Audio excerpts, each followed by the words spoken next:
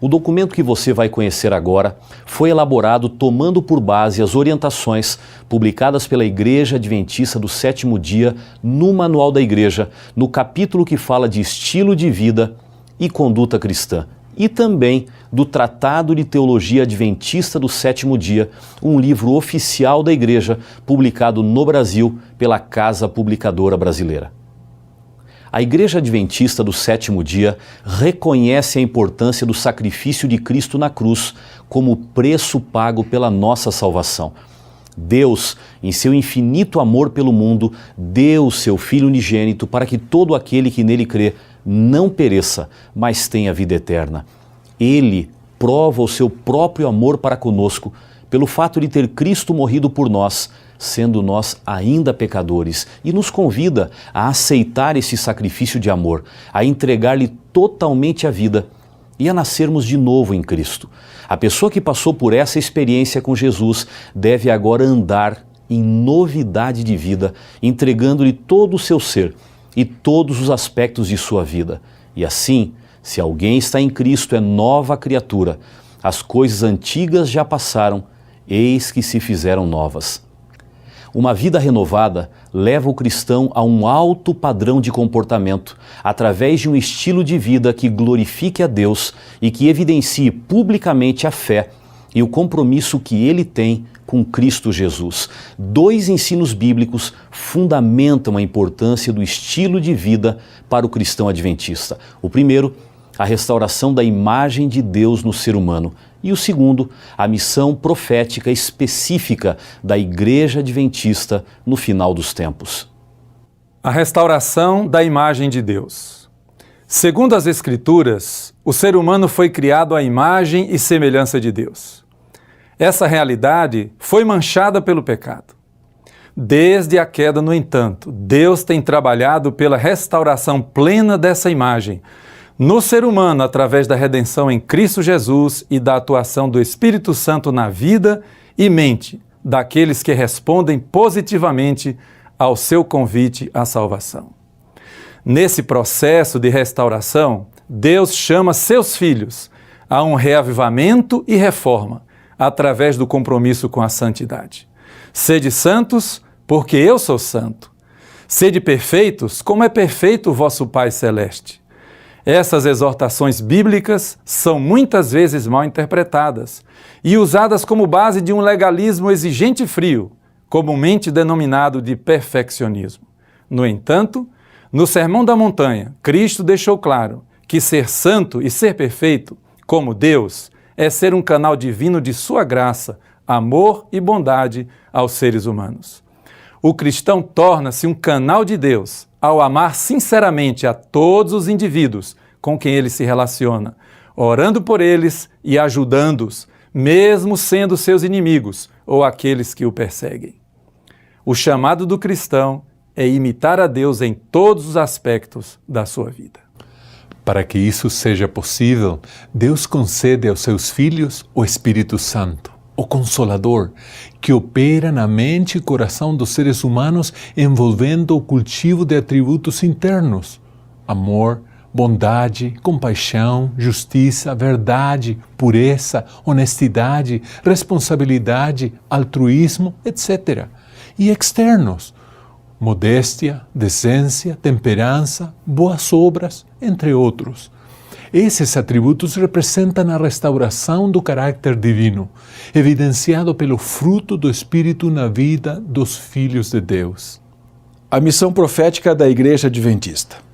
O segundo ensino bíblico que realça a importância de um estilo de vida consagrado a Deus é a missão específica da Igreja Adventista do Sétimo Dia. Desde seus primórdios, os Adventistas do Sétimo Dia se consideram um movimento profético, com a missão especial de preparar um povo para a segunda vinda de Jesus.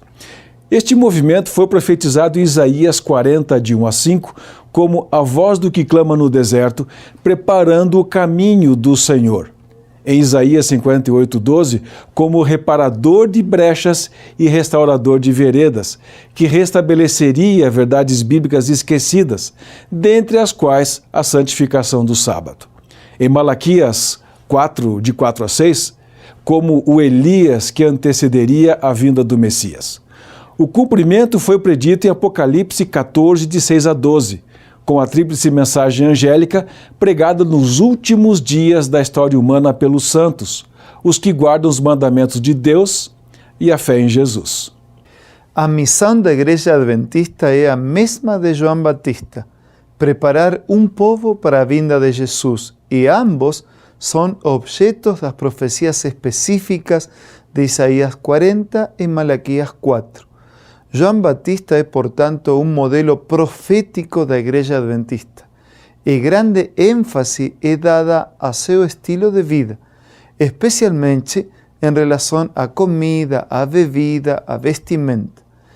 Isso pressupõe que estilo de vida específico, ordenado por Deus, é aspecto importante no cumprimento da missão do mensageiro profético que prepara a vinda do Senhor. Recomendações.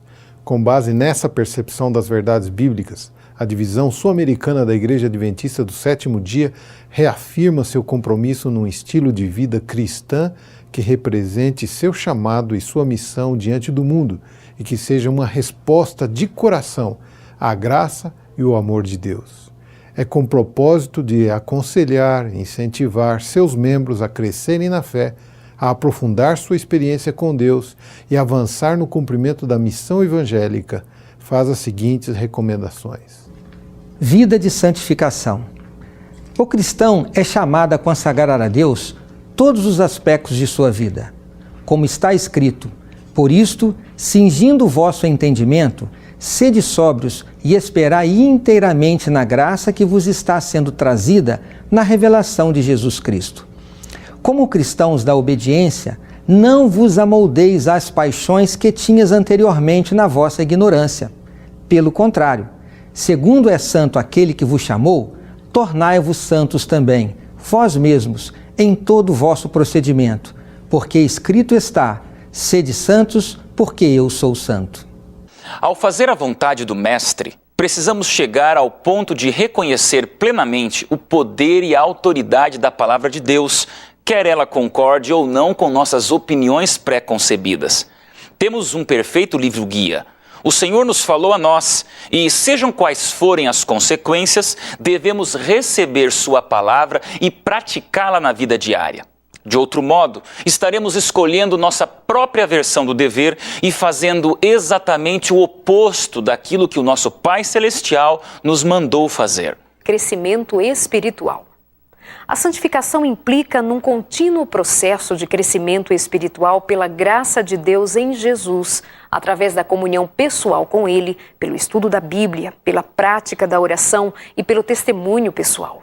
O alvo é chegar ao pleno conhecimento do Filho de Deus, a perfeita varonilidade, a medida da estatura da plenitude de Cristo, para que não mais sejamos como meninos, agitados de um lado ao outro e levados ao redor por todo o vento de doutrina, pela artimanha dos homens, pela astúcia com que induzem ao erro, mas seguindo a verdade em amor, cresçamos em tudo, naquele que é a cabeça, Cristo. Muitos têm a ideia de que devem fazer sozinhos parte do trabalho. Confiaram em Cristo para o perdão dos pecados, mas agora procuram por seus próprios esforços viver retamente. Mas qualquer esforço como esse terá de fracassar. De Jesus, sem mim, nada podeis fazer. João 15, 5. Nosso crescimento na graça, nossa felicidade, nossa utilidade, tudo depende da nossa união com Cristo.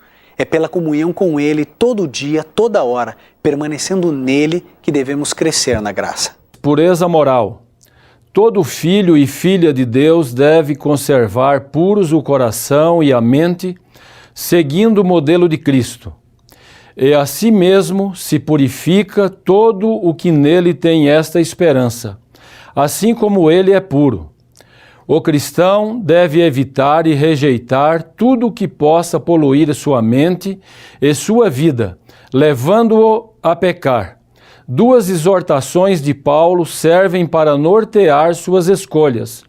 Portanto, quer comais, quer bebais, ou façais outra coisa qualquer, fazei tudo para a glória de Deus. Finalmente, irmãos, tudo que é verdadeiro, tudo que é respeitável, tudo o que é puro, tudo o que é amável, tudo o que é de boa fama, se alguma virtude há e se algum louvor existe, seja isto que ocupe o vosso pensamento. Recreação e mídia. Seguindo o princípio da pureza moral, o cristão deve evitar livros e revistas, programas de rádio, televisão, internet ou qualquer outro tipo de mídia, jogos ou equipamentos modernos, cujo conteúdo possa poluir sua mente e coração. Deve-se evitar tudo que induza ao mal e promova violência, desonestidade, desrespeito, adultério, pornografia, vícios de toda sorte, descrença, uso de palavrões e linguagem obscena, entre outras coisas. O cristão não pode conformar-se aos valores comuns de um mundo profundamente corrompido pelo pecado, mas deve ser transformado pelo Espírito, renovando sua mente a fim de experimentar a boa, agradável e perfeita vontade de Deus. Certos lugares públicos de diversão, tais como estádios esportivos, teatros e cinemas, em sua programação habitual são inapropriados para o cristão adventista. Vários fatores contribuem para essa avaliação negativa por parte da igreja. Dentre eles, primeiro, a falta de controle sobre o conteúdo que é apresentado ou o evento que está ocorrendo. Segundo, a psicologia de massa, que muitas vezes leva alguém a seguir em uma direção que de outro modo não o faria. Terceiro, o fato de todo o ambiente ser planejado para potencializar o impacto sobre o indivíduo e sua mente, facilitando a aceitação, geralmente imperceptível, de ideias e valores contrários à fé cristã. Quarto, o tempo e os recursos financeiros gastos nessas diversões que poderiam ser utilizados para outros fins mais condizentes com a fé e os propósitos de vida de um cristão. E quinto, o testemunho negativo que a frequência a esses lugares pode deixar na mente de membros e não membros da igreja. O concílio de Ellen White aos jovens acerca do teatro, no seu tempo, parece ainda mais pertinente hoje para todos os lugares de diversão. Ela menciona, entre os mais perigosos lugares de diversões, acha-se o teatro. Em vez de ser uma escola de moralidade e virtude, como muitas vezes se pretende, é um verdadeiro foco de imoralidade. Hábitos viciosos e propensões pecaminosas são fortalecidos e confirmados por esses entretenimentos. Canções baixas, gestos, expressões e atitudes licenciosos depravam a imaginação e rebaixam a moralidade. Todo jovem que costuma assistir a essas exibições se corromperá em seus princípios. O amor a estas cenas aumenta a cada condescendência, assim como o desejo das bebidas alcoólicas se fortalece com seu uso. O único caminho seguro é abster-nos de ir ao teatro, ao circo e a qualquer outro lugar de diversão duvidosa. A dança e os ambientes sociais, como boates e outras casas noturnas, são contrários ao princípio da pureza cristã, uma vez que excitam as paixões humanas, a luxúria e sedução. A dança é ainda comumente acompanhada do estímulo ao uso de bebidas alcoólicas, de drogas, da prática de violência e comportamento desenfreado. Sua promoção e prática não se harmonizam com os princípios cristãos adventistas, nem mesmo em um contexto particular, residencial ou em atividades espirituais e sociais realizadas pela igreja. A recreação através da música, seja ela religiosa ou não, também deve passar pelos critérios bíblicos da glorificação a Deus e qualidade do material em questão. Uma discussão detalhada deste assunto tão importante aparece nos documentos Filosofia Adventista do Sétimo Dia com relação à música e Orientações com relação à música para a Igreja Adventista do Sétimo Dia na América do Sul. Vestuário. O vestuário cristão é claramente orientado nas Escrituras pelo princípio da modéstia e da beleza interior, que implicam um bom gosto com decoro. Os adventistas do sétimo dia creem que os princípios acerca do vestuário, que aparecem em 1 Timóteo 2, 9 e 10 e em 1 Pedro 3, 13 e 4, em relação às mulheres cristãs, se aplicam também aos homens. O cristão deve se vestir com modéstia, decência, bom senso, evitando a sensualidade provocativa tão comum da moda, e sem ostentação de ouro, pérolas ou pedras preciosas ou vestuário dispendioso. Esse princípio deve aplicar-se não apenas a roupas, mas a todas as questões que envolvem a aparência pessoal e seus enfeites. Tudo deve evidenciar a riqueza do homem encoberto no coração, no traje incorruptível de um espírito manso e quieto, que é precioso diante de Deus. O caráter de uma pessoa é julgado pelo aspecto do seu vestuário. Um gosto apurado, um espírito cultivado, revelar-se-ão na escolha dos ornamentos simples e apropriados. É justo amar e desejar a beleza. Deus, porém, deseja que amemos e procuremos primeiro a mais alta beleza, aquela que é imperecível. As mais seletas produções da perícia humana não possuem beleza que se possa comparar com a beleza do caráter, que à sua vista é de grande preço. Joias e ornamentos. Os princípios bíblicos da modéstia e da beleza interior, que aparecem em 1 Timóteo 2,9 e 1 Pedro 3,3, deixam bem claros que o cristão deve abster-se do uso de joias e de outros ornamentos como bijuterias e piercing e de tatuagens. Segundo a exortação bíblica, o cristão deve levar uma vida simples, sem ostentação, evitar despesas desnecessárias e estar livre do espírito de competição tão comum na sociedade. Esses princípios se aplicam às joias ornamentais.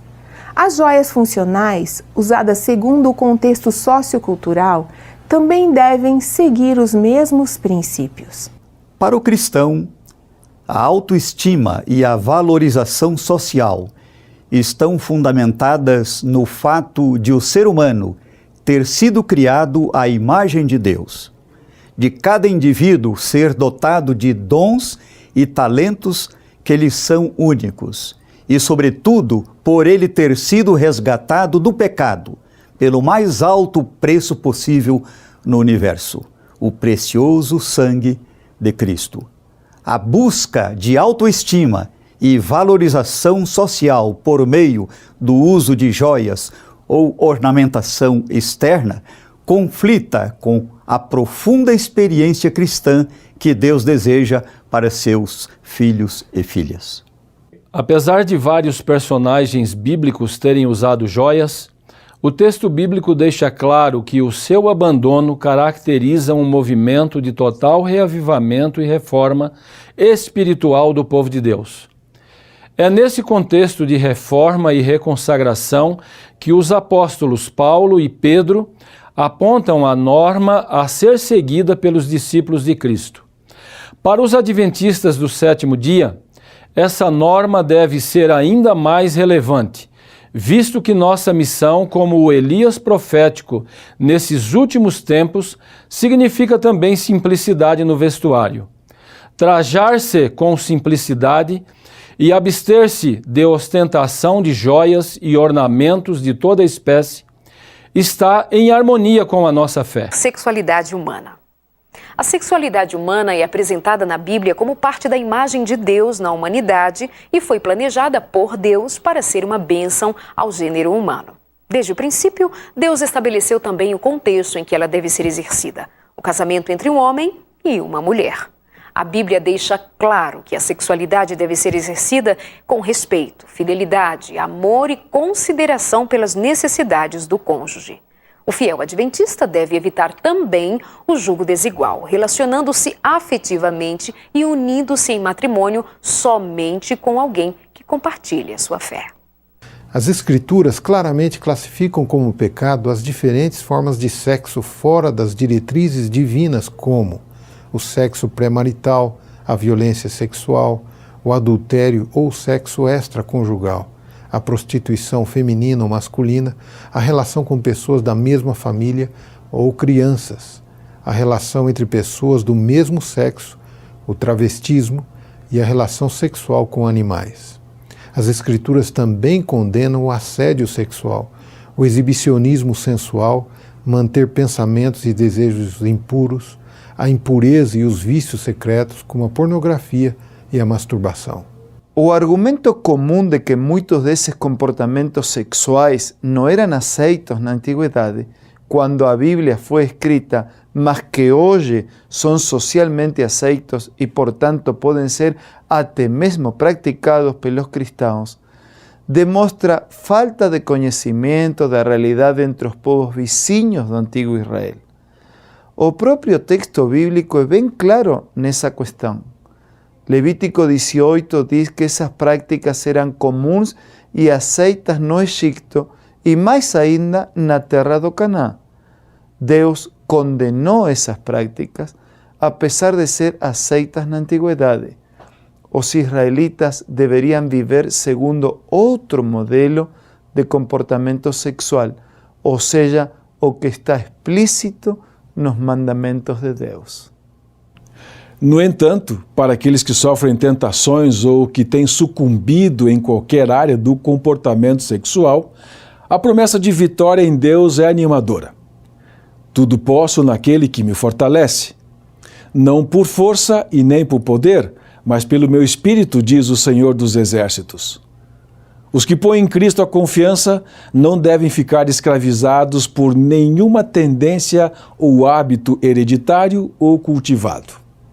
Em lugar de ficar subjugados em servidão à natureza inferior, devem reger todo o apetite e paixão. Deus não nos deixou lutar contra o mal em nossa própria limitada força. Sejam quais forem nossas tendências herdadas ou cultivadas para o erro, podemos vencer mediante o poder que Ele está disposto a nos comunicar. Saúde. O corpo humano é o templo do Espírito Santo e o cristão deve glorificar a Deus em seu corpo. O cuidado do corpo e da saúde faz parte da restauração da imagem de Deus no homem. Deus deseja que alcancemos a norma de perfeição que o dom de Cristo nos tornou possível. Ele nos convida a fazer nossa escolha do direito para nos ligarmos com os instrumentos celestes, adotar-nos princípios que hão de restaurar em nós a imagem divina. Na sua palavra escrita e no grande livro da natureza, Ele revelou os princípios da vida. É nossa obra obter conhecimento desses princípios e, pela obediência, cooperar com Ele na restauração da saúde do corpo, bem como da alma. Em sua palavra, Deus deu orientações claras acerca de comida e bebida. A dieta vegetariana é o ideal de Deus para o ser humano e também a abstinência de qualquer tipo de bebida alcoólica e de tudo que seja prejudicial à saúde humana, como bebidas cafeinadas e drogas. As boas coisas que Deus criou para o ser humano devem ser usadas com equilíbrio e sabedoria. As coisas más devem ser totalmente evitadas. A alimentação adequada e a abstinência de tudo que é prejudicial à saúde são 2 dos 8 remédios naturais que Deus prescreveu para a manutenção de uma vida saudável e equilibrada e para a cura de muitas doenças e sofrimento. Ar puro, luz solar, abstinência, repouso, exercício, regime conveniente, uso de água e confiança no poder divino. Eis os verdadeiros remédios.